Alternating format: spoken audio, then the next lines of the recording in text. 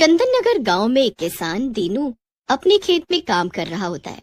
तभी उसे पास वाले गन्ने के खेत में से कुछ डरावनी आवाजें सुनाई देती हैं। दीनू आवाजों की ओर खींचा चला जाता है। दीनू गन्ने के खेत में चला जाता है। जैसे ही दीनू गन्ने के खेत में घुसता है, वे डरावनी आवाजें आनी बंद हो जाती हैं। अरे ये क्या हुआ? ये आवाजें तो आनी बंद हो गई। कहीं ये कोई भूत तो नहीं? थोड़ी देर बाद खेत में से एक डंडा निकलता है जिसमें दीनू की खोपड़ी टंगी होती है। उसी समय वहां से दो शराबी नन्हे और बन्ने दीनू की खोपड़ी के पास जाते हैं। अरे बन्ने भैया, जरा उस दिनुआ को देखो ना, आज पुतला बनकर खड़ा है।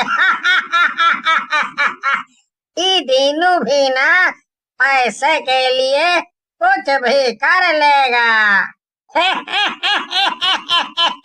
सही कह रहे हो नन्हे भैया, लेकिन एक बात बताओ, इसका धड़ कहाँ गया? कहीं बेच कर तो नहीं खा गया है?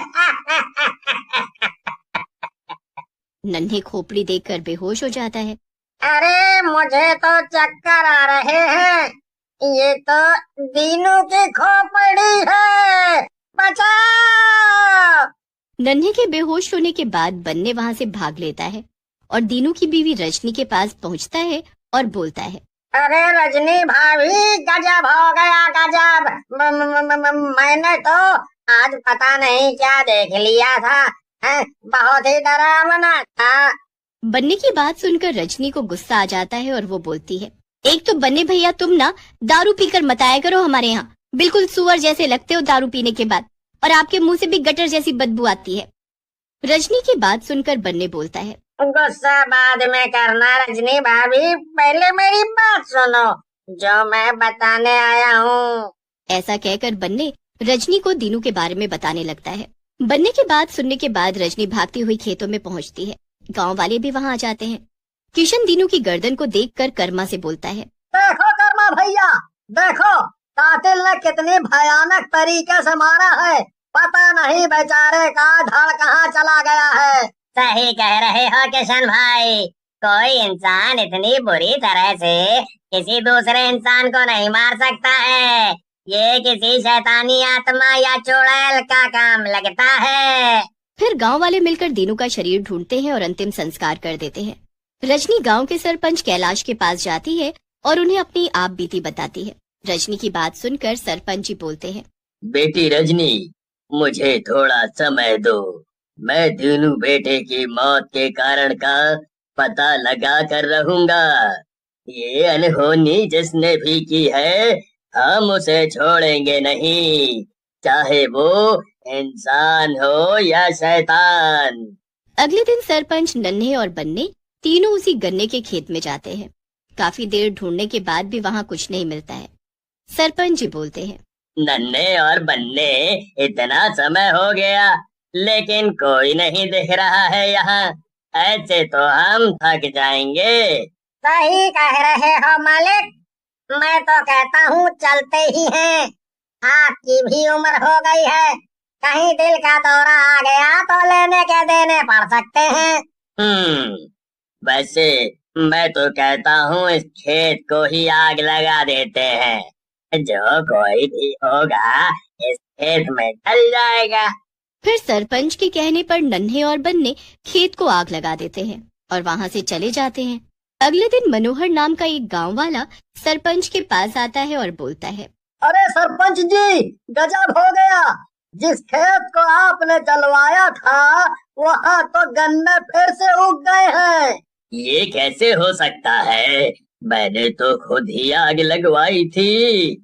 मैं खुद जल कर देखता हूँ। ऐसा कहकर सरपंच मनोहर के साथ जाता है। रास्ते में उसे नन्हे और बन्ने मिल जाते हैं। चारों खेत के पास पहुँचते हैं। वहाँ सचमुच में गन्ने के लहलहाते खेत होते हैं। है? ये कैसे हो सकता है? ये खेत तो जल गए थे। मैंने खुद अपने हाथों से आग लगाई थी। तुम गांव वालों ने क्या सोचा, यहाँ आग लगा दोगे और सब खत्म हो जाएगा। जो कोई भी इस खेत के आसपास भी आएगा मैं उसे कच्चा चबा जाऊंगी। चुड़ैल की आवाज सुनकर ही चारों वहाँ से भाग खड़े होते हैं। सरपंच जो उम्र में सबसे बड़े थे वही सबसे तेज भागने लगता है। फिर चारों भागते भागते वापस गांव के अंदर पहुंच जाते हैं। गांव के अंदर पहुंचते ही सरपंच बोलते हैं, बाप रे बाप, आज तो किसी तरह से जान बच गई है, लेकिन वैसी भयानक चुड़ैल मैंने आज तक नहीं देखी है। कुछ करना होगा। सही कह रहे हो सरपंच जी, लेकिन हमें किसी तांत्रिक को बुलाना होगा ताकि वो आकर इस चुड़ैल के बारे में बता सके और गांव को इस चुड़ैल से मुक्ति दिला सके। अब बेटा, इस उम्र में मैं कहाँ जाऊंगा, हैं? तुम तीनों जवान हो, जाकर कोई तांत्रिक बुलाकर ले आओ जो हमें इस चुड़ैल से आजाद करवा सके। मेरा बस चले तो इस बुढ़े का गला दबा दूं। जब काम होता है तो बूढ़ा बन जाता है। और देखो अभी कैसे हम तीनों से तेज भाग रहा था, घोड़ा कहीं का अब गधा बन गया। अरे नन्हे छोड़ना उसको, हमें अपने गांव को चुड़ैल से बचाना है। हम और हमारा परिवार भी तो इसी गांव में रहते हैं। ये नहीं करता तो हम तीनों कुछ करते हैं। मेरी जान पहचान के बाबा हैं, अभी चलते हैं उनके पास। सही कह रहा है भाई, ये तो बूढ़ा है, इसे क्या वैसे ही मरने की कगार पे खड़ा है। हम चलते हैं। फिर नन्हे बन्ने और मनोहर तांत्रिक के पास पहुंच जाते हैं और तांत्रिक को चुड़ैल के बारे में बताते हैं, जिसे सुनकर तांत्रिक बोलता है, बेटा, इस खेत के नीचे किसी औरत को मार कर गाड़ दिया गया था। ये चुड़ैल उसी की आत्मा है। वो सब गांव वालों को अपना दुश्मन समझ रही है और उन्हें मार रही है। लेकिन बाबा, कोई चुड़ैल पूरे गांव को अपना दुश्मन कैसे बना सकती है? ये तो बात कुछ समझ नहीं आ रही है।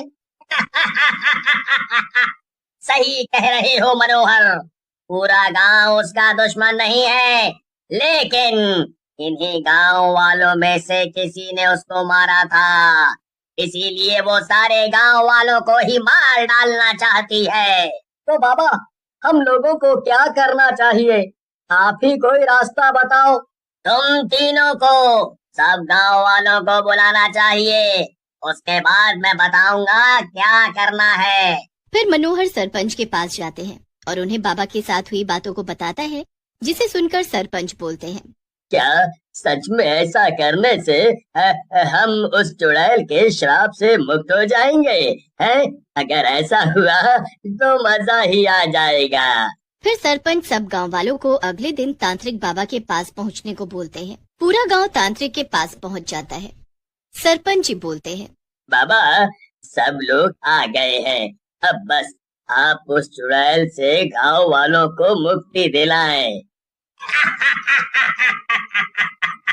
नहीं सरपंच जी, अभी सब लोग यहाँ नहीं आए हैं। तुम्हारे गांव का कल्लू सुनार नहीं आया है। फिर सरपंच जी के कहने पर गांव के कुछ लोग कल्लू सुनार को पकड़कर ले आते हैं। कल्लू जैसे ही वहां से जाने लगता है, चारों तरफ अंधेरा छा जाता है और जोर से बिजली कड़कती है और वहां चुड़ैल आ जाती है। कहाँ जा रहा है कल्लू? तेरी वजह से ही मैं मरी हूँ। बहुत मुश्किल से पकड़ में आए हैं। मैं तुझे यहाँ से नहीं जाने दूंगी। तू तो गया। ऐसा कहकर चुड़ैल कल्लू को गर्दन से पकड़ती है। कल्लू चिल्लाता हुआ बोलता है, अरे अरे अरे अरे अरे अरे अरे अरे अरे मर गया रे! अरे मुझे बचा लो गाँव वालों! हाय हाय हाय! ये चुड़ैल मार डालेगी मुझे! हाय हाय! कोई नहीं बचा सकता तुझे कल्लू। तूने अपने ब्याज के पैसों के लालच में एक औरत को मार डाला। गाँव वालों, अब तुम सब लोगों को डरने की जरूरत नहीं है। मुझे अपना दुश्मन मिल गया है। मैं इसे लेकर जा रही हूँ। इसे भी मैं तिल तिल करके मारूंगी। इतनी आसान मौत नहीं दूंगी। ऐसा बोलकर चुड़ैल कल्लू को लेकर वहां से चली जाती है।